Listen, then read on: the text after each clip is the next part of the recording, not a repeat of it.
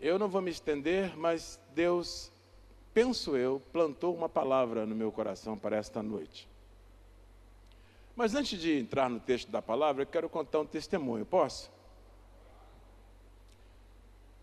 E vou contar por causa dos 4 irmãos que disseram pode. Posso? Eu estava me preparando para essa viagem, saí de um casamento, e eu estava dirigindo meu carro de volta para casa.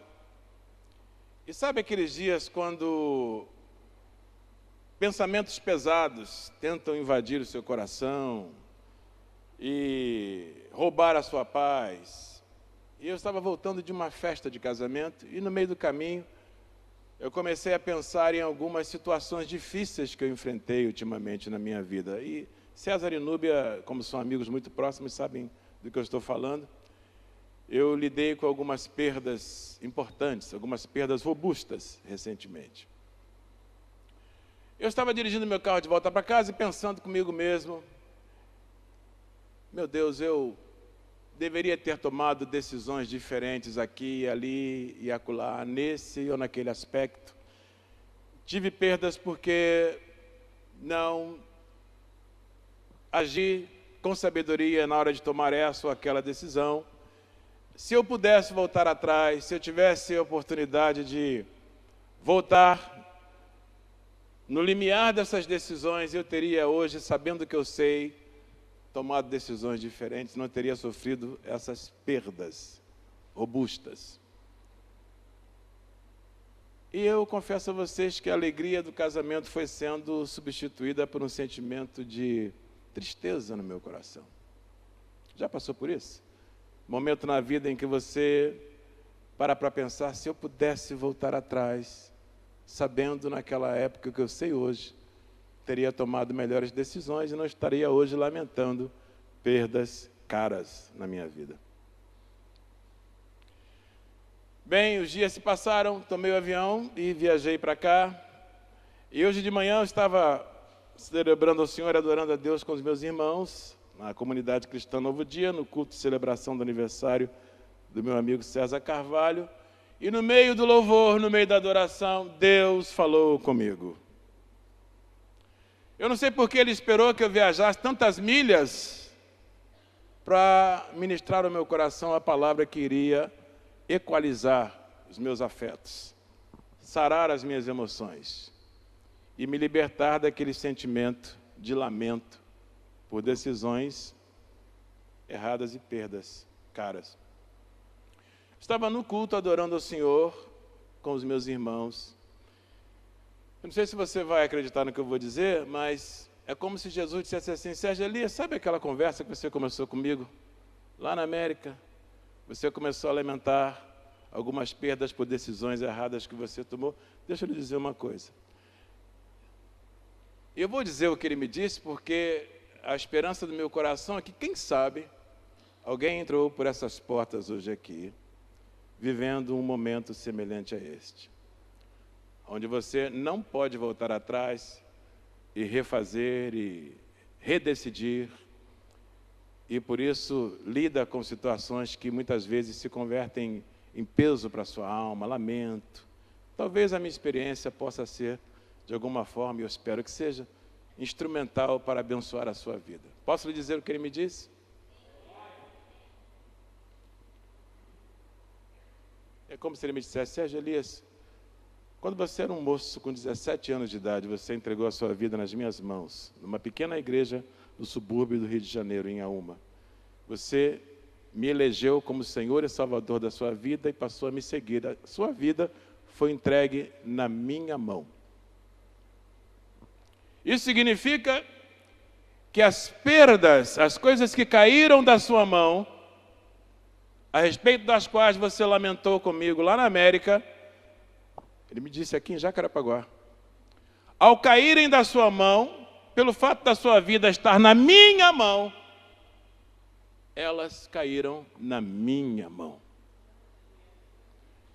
Então não lamente, não se abata, tão somente confia em mim.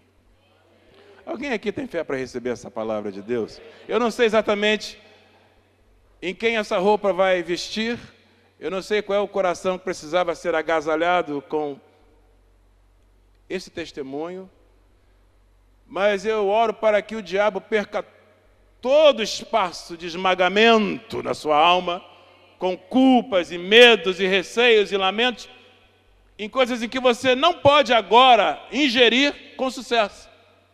E por isso ele empurra você para o corner, para o canto do ringue, e lhe esmurra, e lhe cria hematomas emocionais. Em nome de Jesus, uma vez que a sua vida foi depositada na mão de Deus, as perdas, as coisas que caíram da sua mão, não caíram no chão, estão todas nas mãos do Senhor. E se Ele quiser, e Ele é soberano para isso, embora o tempo já tenha passado, mas Ele é poderoso para fazer infinitamente mais, além daquilo que pedimos ou pensamos, segundo o seu poder que em nós opera. Alguém pode receber esta palavra, diga graças a Deus. Então é assim que eu estou aqui nessa noite, com a minha alma limpa e meu coração leve, na certeza de que Deus é poderoso. Eu estou hoje aqui grato e confiante na surpreendente mobilidade da graça de Deus. Repita comigo, por favor. A surpreendente mobilidade da graça de Deus. Ezequiel, capítulo 1, versos 1 a 28.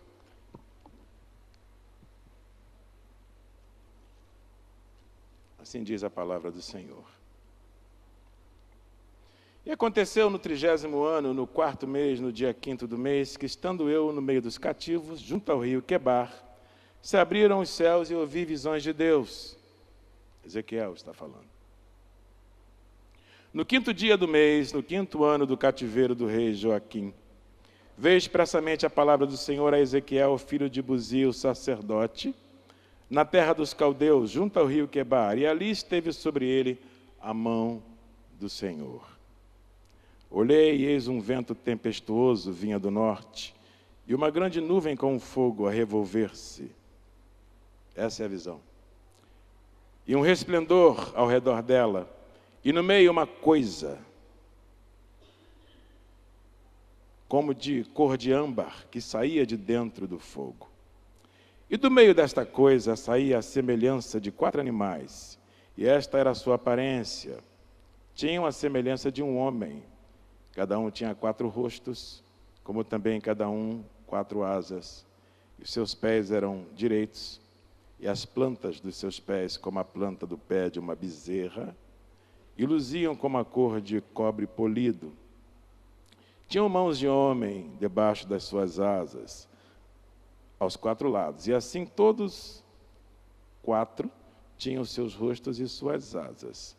Uniam-se as suas asas uma a outra, não se viravam quando andavam, cada qual andava diante do seu rosto. E a semelhança do seu rosto era como o rosto de homem, e a mão direita todos os 4 tinham o rosto de leão, e a mão esquerda todos os 4 tinham o rosto de boi, e também rosto de águia, todos os 4. E o seu rosto e as suas asas eram separados em cima, cada qual tinha 2 asas, juntas uma à outra, e 2 cobriam os corpos deles. E cada qual andava diante do seu rosto para onde o Espírito havia de ir. Iam. Não se viravam quando andavam.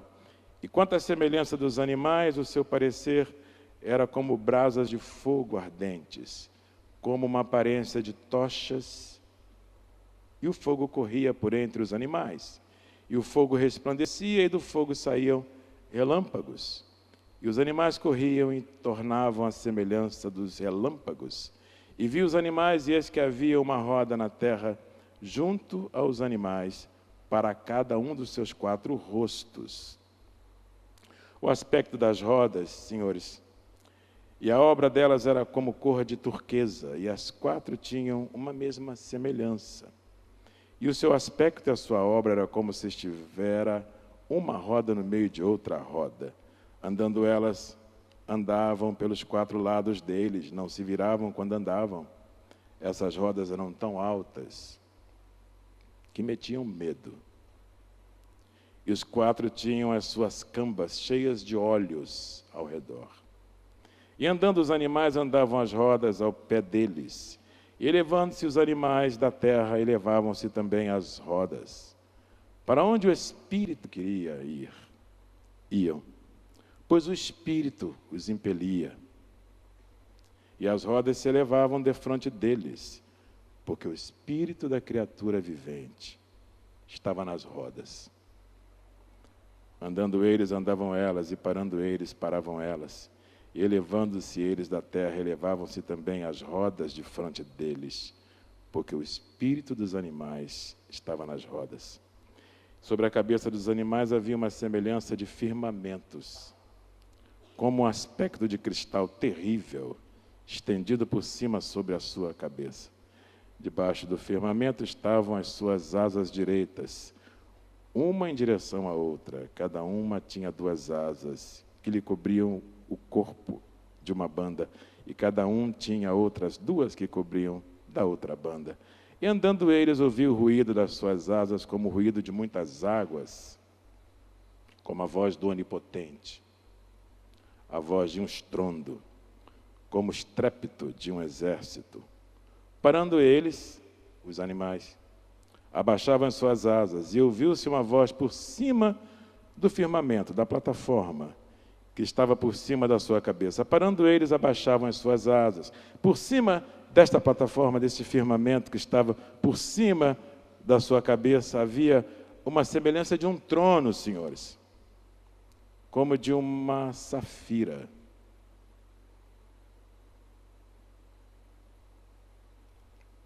E sobre a semelhança do trono havia como que a semelhança de um homem no alto sobre ele.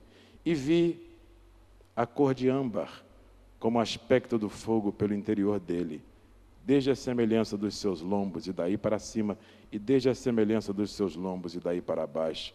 Vi como a semelhança de fogo e um resplendor ao redor dele, como o aspecto do arco que aparece na nuvem no dia da chuva. Assim era o aspecto do resplendor em redor. Este era o aspecto da semelhança da glória do Senhor. E vendo isso, caí sobre o meu rosto e ouvi a voz do que falava. Deus nos abençoe em nome de Jesus. Repita comigo: a surpreendente mobilidade da graça de Deus. Ezequiel estava no cativeiro, fez parte da segunda leva. A primeira leva, que aconteceu por volta do ano 605, compunha homens nobres como Daniel e seus amigos, que foram levados como cativos pelos caldeus para a Babilônia. Anos depois, em 597, Ezequiel é também levado numa segunda leva para compor o contingente dos cativos em Babilônia. Um tempo de profunda humilhação, vexação, vergonha. Deus finalmente entregou seu povo Israel na mão dos seus inimigos, e isso por conta de uma história recorrente de pecados e abominações praticadas pelo seu povo. Foi inaugurado o cativeiro, que tinha uma duração de 70 anos para ser completado. Estava apenas começando. Quando Ezequiel chega à Babilônia, vai unir-se aos demais judeus que estão localizados junto ao rio Quebar, que era uma espécie de afluente do Eufrates, que irrigava a terra. As águas do rio Quebar, hoje chamado de rio Cabur, irrigavam toda a região ao redor. Então, exatamente no entorno daquela região fértil, os cativos de Israel foram posicionados. Mas a atmosfera era pesada, sentiam-se humilhados, sentiam-se vituperados pelo Império Babilônico, foram levados à força pela mão de Nabucodonosor. Quando Ezequiel chega para unir-se aos demais judeus no cativeiro, percebe a atmosfera. E era uma atmosfera tão densa que ali mesmo os filhos de Israel passaram a cantar uma canção, e essa canção faz parte da nossa coleção de salmos. Salmo 137 foi composto nesse contexto de vergonha, vexação, saudades de Jerusalém. Diz o salmo, escrito nesse momento, composto debaixo da influência deste desastre emocional que os judeus vivenciavam na Babilônia. Observem a letra, senhores, dessa canção, cuja melodia se perdeu, mas a letra está aqui no Salmo 137. Junto aos rios de Babilônia nos assentamos e choramos, lembrando-nos de Sião. Nos salgueiros que há no meio dela penduramos as nossas harpas. Houve uma desistência de adoração e de louvor. Instrumentos de louvor foram pendurados, considerados sem utilidade agora, nessa atmosfera de cativeiro. Porquanto aqueles que nos levaram cativos, os caldeus, nos pediam uma canção, e os que nos destruíram, que os alegrássemos, dizendo, cantai-nos um dos cânticos de Sião. Os caldeus, de maneira zombeteira, pediam aos cativos que cantassem canções de Israel. Mas como entoaremos o cântico do Senhor em terra estranha? Em terra estranha. Deus é o Deus de Israel, cuja casa está em Jerusalém. Louvores têm que ser cantados em Jerusalém, em Israel, porque Ele é o Deus de Israel. Seu endereço é Jerusalém. E nós agora estamos na Babilônia. Éramos livres, agora somos escravos. Não cantaremos. Subverteram a missão missionária, a vocação missionária de Israel de abençoar as nações, foi subvertida por causa de uma amargura nesse peso emocional que o cativeiro inaugurou na vida dos judeus. Como cantaremos o cântico do Senhor em terra estranha? Se eu me esquecer de ti, ó Jerusalém, esqueça-se a minha destra da sua destreza. Apegue-se a língua ao paladar, se não me lembrar de ti, se não preferir Jerusalém, a minha maior alegria. Lembra-te, Senhor, dos filhos de Edom no dia de Jerusalém, porque diziam, arrasai, arrasai até os seus alicerces. Ah, filha de Babilônia! E aqui, os senhores podem perceber que há uma maldição embutida nessa referência. Filha de Babilônia, que vai ser assolada. Feliz é aquele que retribuir a ti, conforme fizeste a nós. E ao invés de cantar louvores, libera uma maldição sobre os seus vassalos. Feliz é aquele que pegar em teus filhos e der com eles em pedras. Esse é o ambiente encontrado por Ezequiel no cativeiro. Os abençoadores que foram comissionados desde Abraão para, através deles, abençoarem todas as famílias da terra, estão tão amargurados no cativeiro que, ao invés de abençoarem, amaldiçoam. Subvertem a vocação missionária, penduram os instrumentos nas harpas. Não vai ter culto aqui, porque o nosso Deus, a quem cultuamos, não está aqui. Está lá em Israel, em Jerusalém. Uma visão de um Deus localizado, de um Deus estacionado, de um Deus que não pode ser adorado senão nos limites, senão no perímetro do seu prédio. Esta é a cena que Ezequiel encontra, senhores, quando chega também na segunda leva ao cativeiro. Há muito choro, muito lamento, muita dor, e de repente o céu se abre. Ezequiel diz, eu vi visões de Deus. Observem a visão. É assustadora. Seres alados, uns com cabeça de gente, outros com cabeça de animal, seres celestiais, assustadores, que vêm conduzindo sobre eles, sobre as suas cabeças, uma plataforma, como um firmamento, como uma laje. Esses seres se movem sobre rodas, rodas enormes, tão grandes que metem medo, mas é um medo bom. É o medo que os crentes sentem quando estão na presença do Senhor Todo-Poderoso. É um medo tão extraordinário que é chamado de temor. Respeito, reverência. E esses seres alados, estranhos, completamente desclassificados pelo conhecimento humano, surpreendentes, se movem sobre rodas enormes. E essas rodas estão todas incrustadas com óleos. Há muitos óleos nas rodas. Como se a finalidade dessas rodas fosse não somente mobilidade, mas também observância, percepção.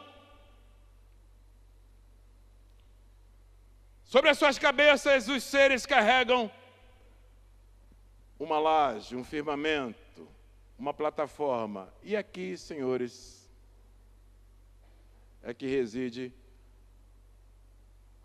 a beleza da visão.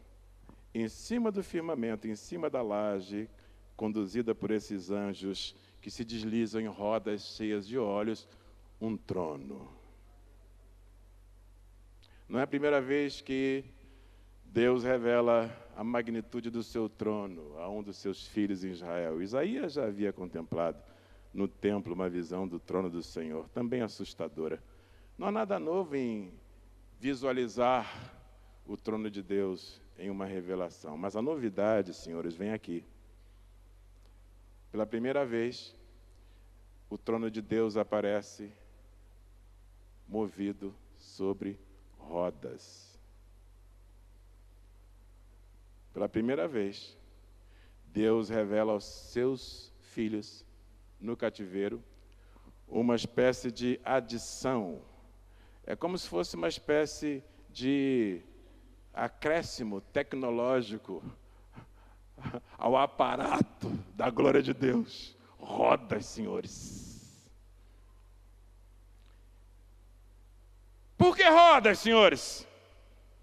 Porque até então, os cativos de Israel, no cativeiro em Babilônia, penduraram suas harpas, não querem cantar, ao invés de abençoar, amaldiçoam, porque foram nutridos na perspectiva de que Deus está estacionado em Israel, seu trono é em Jerusalém, e nós estamos distante dele em Babilônia. Não faz sentido adorar, não faz sentido louvar, não faz sentido orar, não faz sentido esperar coisas grandes de Deus. Porque o nosso Deus é um Deus estático em Jerusalém, que foi cercada e queimada a fogo. Então Deus vai curar os seus filhos, como curou a mim nesta manhã, dando-lhes uma visão de um aditivo, de um complemento novo, para a glória do seu trono. Rodas, senhores! Se os cativos não podem se mover para Israel e voltar para Jerusalém e adorá-lo na casa do Senhor que está queimada, Deus, por sua vez, pode mover o seu trono de glória na direção do seu povo no cativeiro. O trono de Deus tem rodas, senhores. Eu não sei como você entrou aqui nessa noite de domingo, mas deixe-me lhe dizer antes de terminar. Não importa a que nível na vida você tenha descido, não importa em que contingência você se encontre hoje, endividamento, enfermidade, desenganado pelo médico, casamento falido, a sua empresa está quebrando, Deus pode mover o aparato da sua graça até onde você se encontra. Ainda que você diga, eu não tenho forças para orar a Deus, Deus tem um trono que se move na sua direção. Alguém aqui tem fé para receber esta palavra? Diga comigo, o trono do meu Deus tem rodas.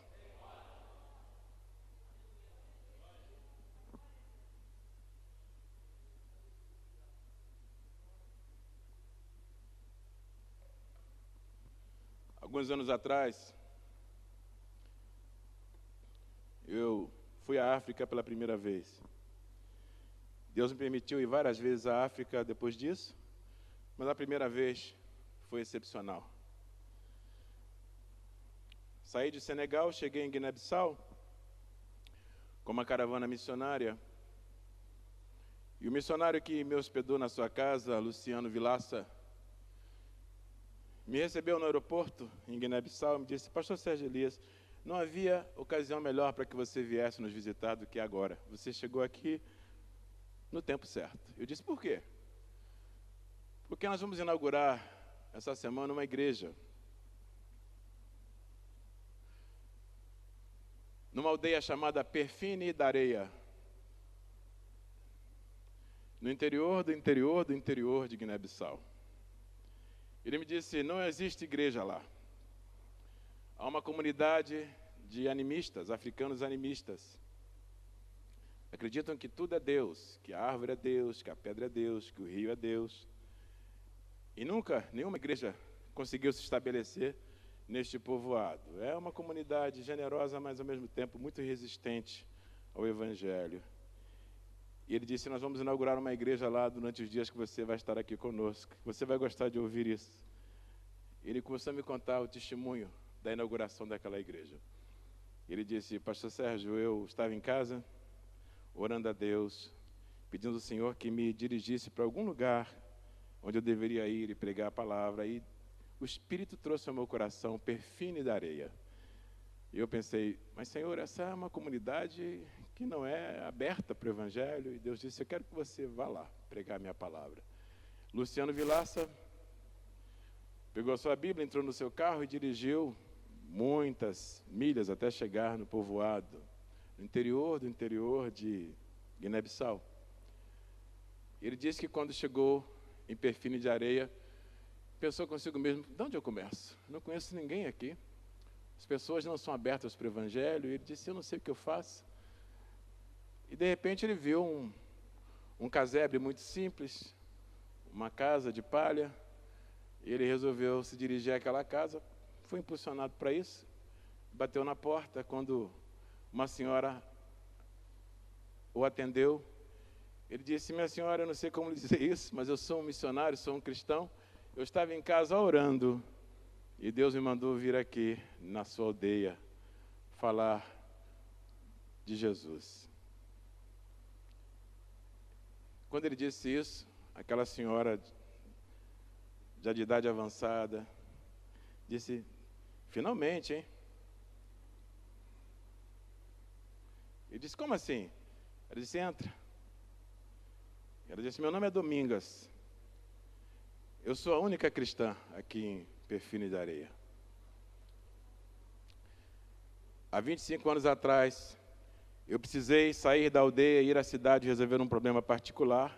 Quando cheguei na cidade, havia um missionário pregando e eu entreguei minha vida para Jesus. Me converti na cidade. Quando eu voltei para a aldeia, meu marido me deu uma surra, me espancou. Ele me disse, toda vez que você fizer isso, você vai apanhar. Toda vez que Domingas, já uma senhora de idade avançada, saía da aldeia, ia para a cidade, voltava da igreja, seu marido a espancava. E um dia, cansada de apanhar, ela disse, Jesus, eu não aguento mais. Eu amo o Senhor, eu quero seguir o Senhor, mas estou tão cansada de apanhar desse homem. Manda alguém aqui para começar uma igreja aqui na aldeia. 25 anos. Quando Luciano Vilaça bateu na porta, ela disse, até que enfim. Ela disse, aqui está o terreno que eu já havia separado para a construção da igreja aqui no meu quintal. Luciano não podia acreditar no que estava vendo, porque percebeu que antes que ele chegasse, antes que missionários chegassem, o trono de Deus já havia se deslocado até aquela aldeia. Domingas não podia mais ir à cidade, Deus deslocou o seu trono em direção àquela mulher de Deus. E eu tive o privilégio, que Deus me concedeu por graça, de conhecer Domingas e de participar do culto na igreja construída no seu terreno doado. Voltei da África, preguei na comunidade cristã Novo Dia, contei o testemunho de Domingas. Núbia se apaixonou pela história e criou o projeto Domingas. As mulheres da igreja abraçaram essa visão, fizeram camisetas, canecas, e toda a renda dessas vendas foi revertida para a obra missionária. Há pouco tempo, Domingas partiu para o Senhor. Vi uma postagem anunciando a sua morte. E eu pensei, essa mulher teve um encontro com o aparato da graça de Deus, que moveu o seu trono até o interior da sua aldeia. Hoje, meus irmãos, minhas irmãs, há uma comunidade cristã fervorosa em Perfine da Areia, uma igreja linda, numerosa. Trono de Deus tem rodas.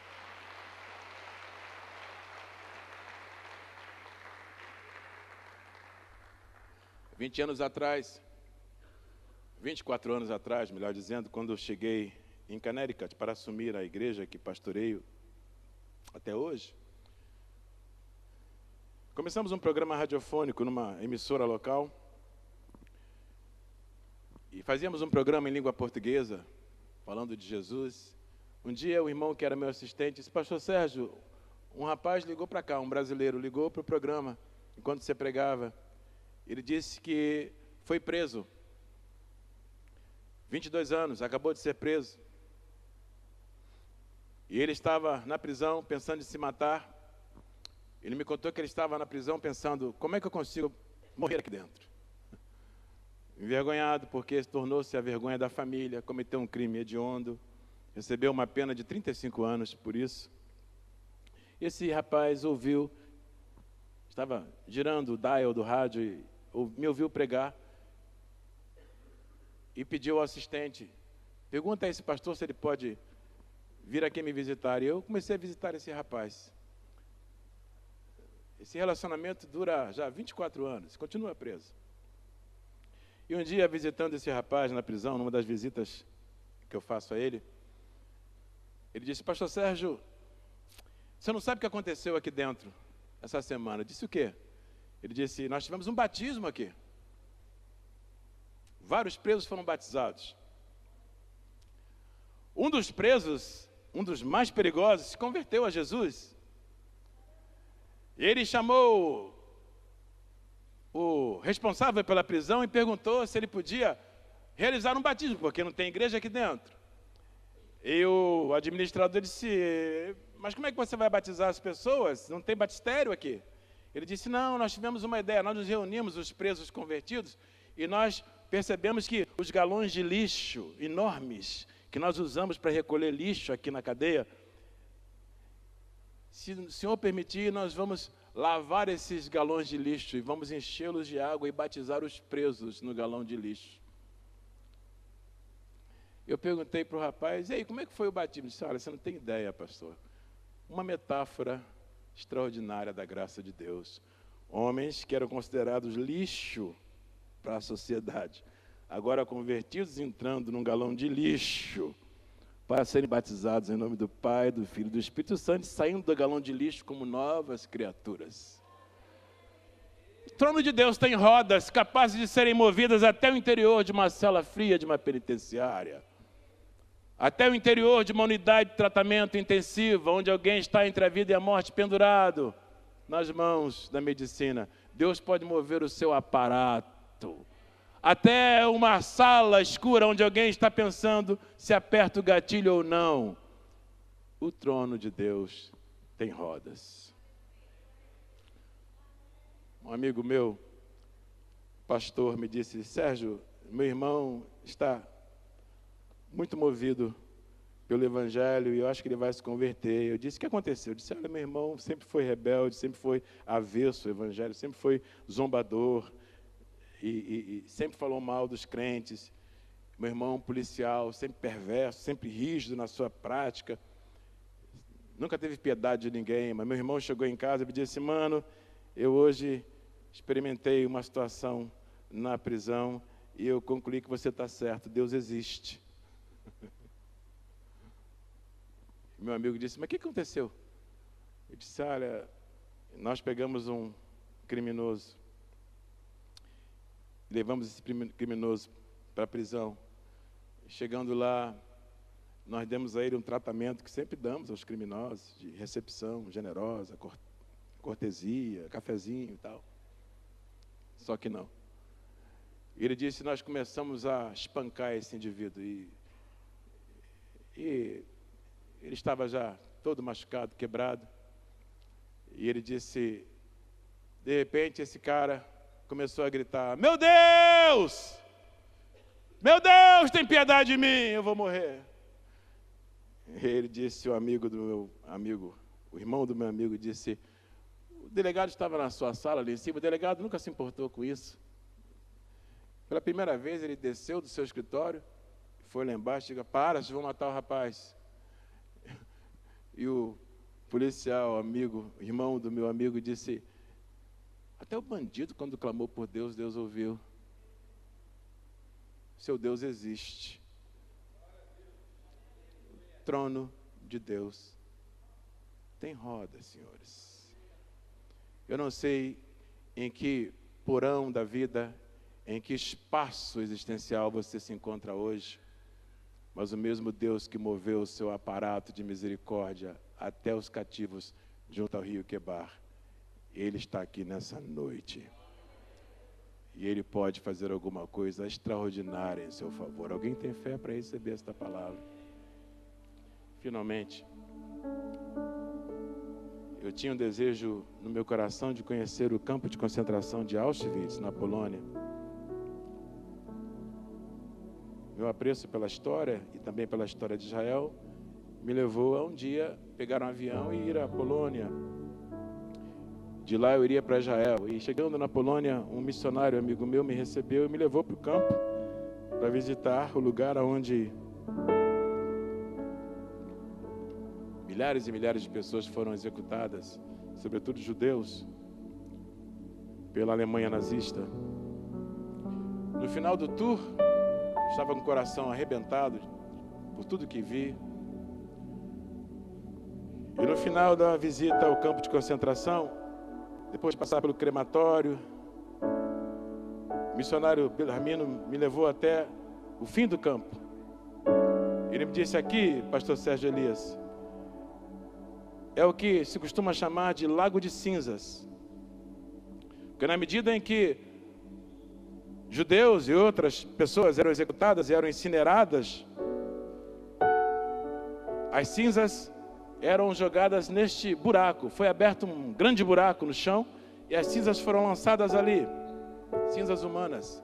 Mas com o correr dos anos, as águas das chuvas foram enchendo aquele buraco e hoje ele é chamado de Lago de Cinzas. E aí embaixo até hoje, acredita-se, há muitos resíduos de judeus e indivíduos que foram assassinados pelo regime nazista de Hitler. Eu vou terminar onde eu comecei, em Ezequiel. Eu estava ali na beira daquele lago e me lembrei de Ezequiel, na visão do vale de ossos secos. Eu estava indo para Israel no dia seguinte. E eu entendi que Ezequiel, quando teve a visão, não entendeu ainda, claro, toda a abrangência dessa visão, porque ela era para além do seu tempo. Mas ele viu um vale de ossos secos. E o Senhor perguntou, filho do homem, porventura poderão viver esses ossos? Ele disse, Senhor, tu sabes.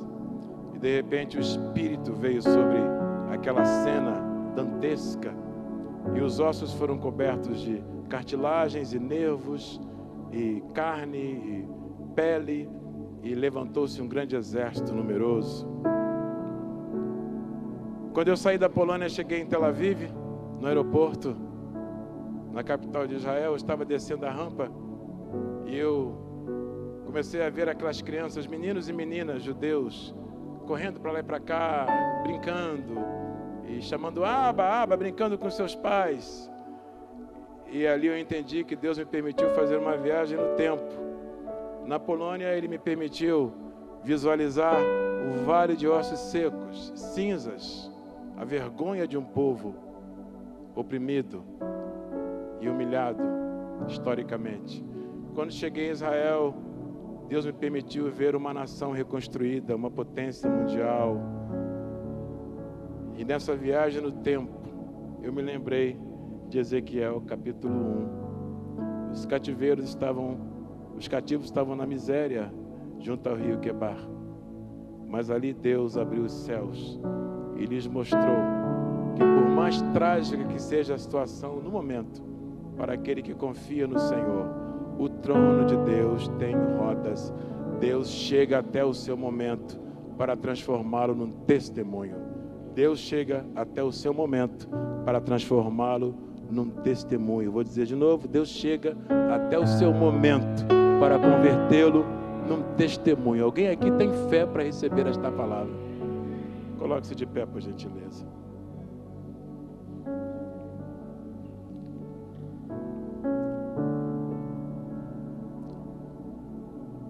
Pastor César, você poderia vir aqui, meu amado irmão? Gostaria de orar com você.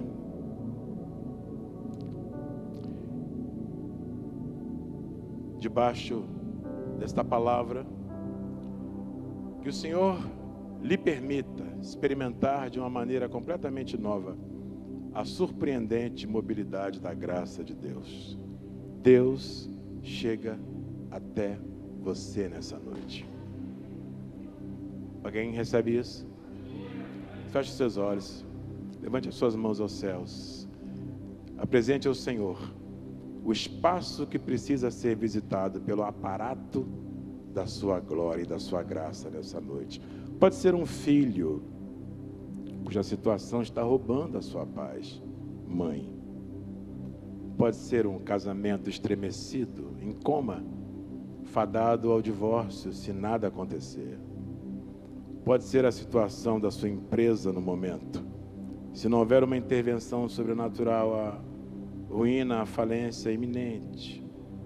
Pode ser uma enfermidade para a qual a medicina não tem resposta. Pode ser um abatimento, um desânimo, uma crise, uma incerteza, uma dúvida. Seja lá qual for o porão que precisa ser visitado pelo aparato da graça de Deus.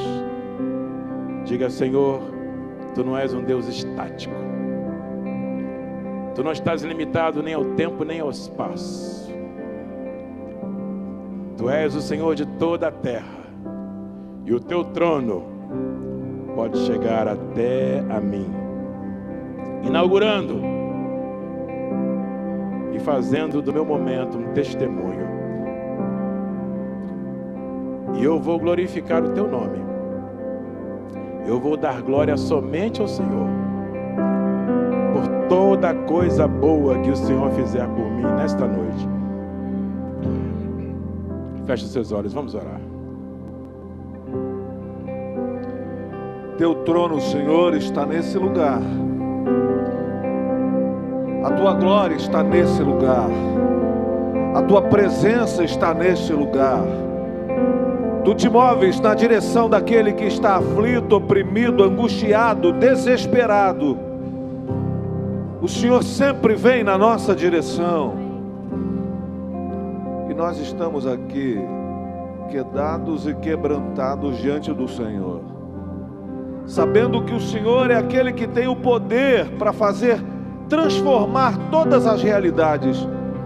Mas quando elas não são transformadas imediatamente, o nosso coração aflito, ele se exaspera, ele se desespera.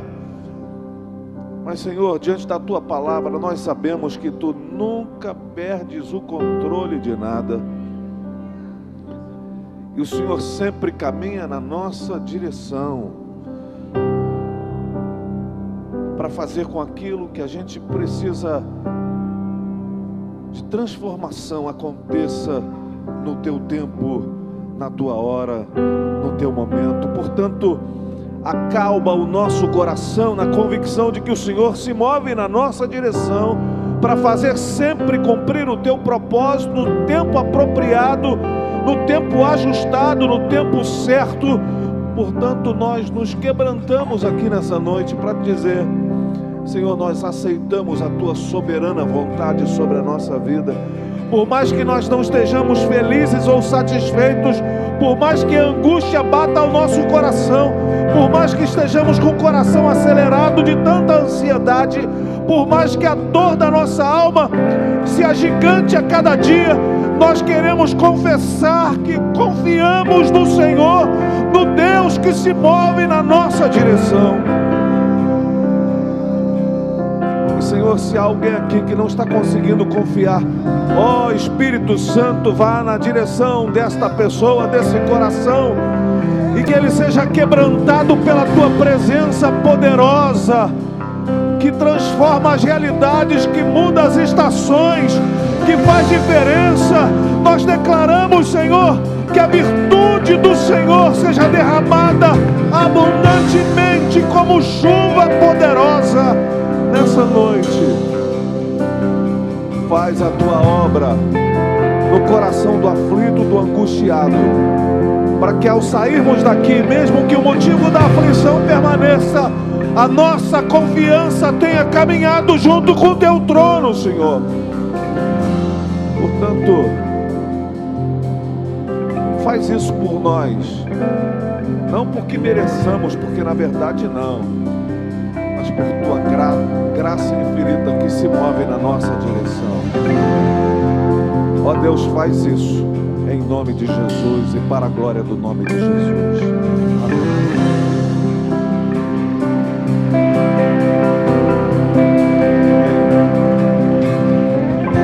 Me dê só um minutinho que eu vou aqui falar do livro do Sérgio. Boa noite, irmãos.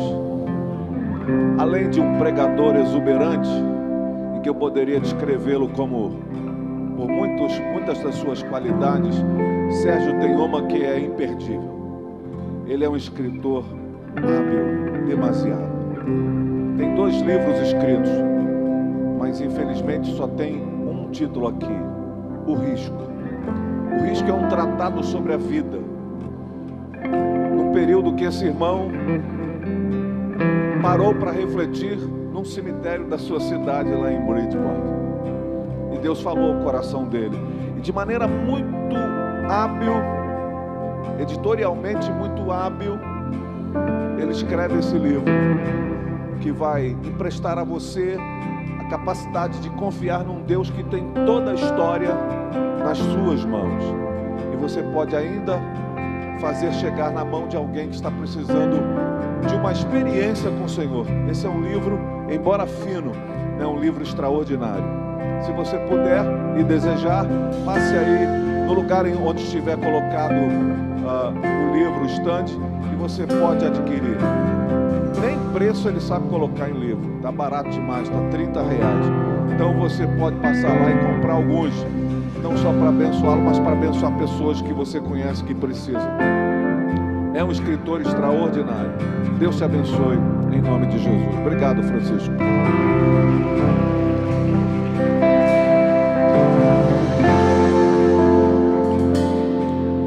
Opa, tenho que digerir essa palavra aí, muito impactante, né? Você que está sentindo distante, sabe que a glória de Deus vai te alcançar de alguma forma, de alguma maneira. Posso orar com você? Posso orar com você? Vamos lá, preste atenção.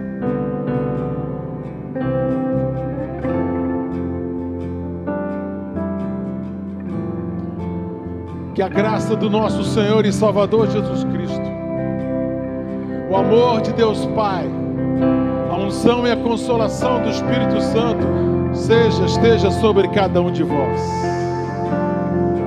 Essa semana, você vai ter uma semana com muita paz no coração. Paz no coração é importante. Paz com Deus, paz de Deus e paz com os homens. Essa semana, você está invisível aos teus inimigos. Por quê? Porque você está coberto pelo sangue de Jesus. Essa igreja ora pela sua casa, ora pela sua família, ora pelo seu trabalho. Essa semana, porque você tem semeado na presença do Senhor, Ele vai te dar uma colheita. Não escutei não, como é que vai ser a sua colheita? Eu te abençoo, eu te abençoo, eu te abençoo, eu te abençoo, eu te abençoo, em nome de Jesus, em nome de Jesus. Uma boa semana, terça-feira estou te esperando aqui.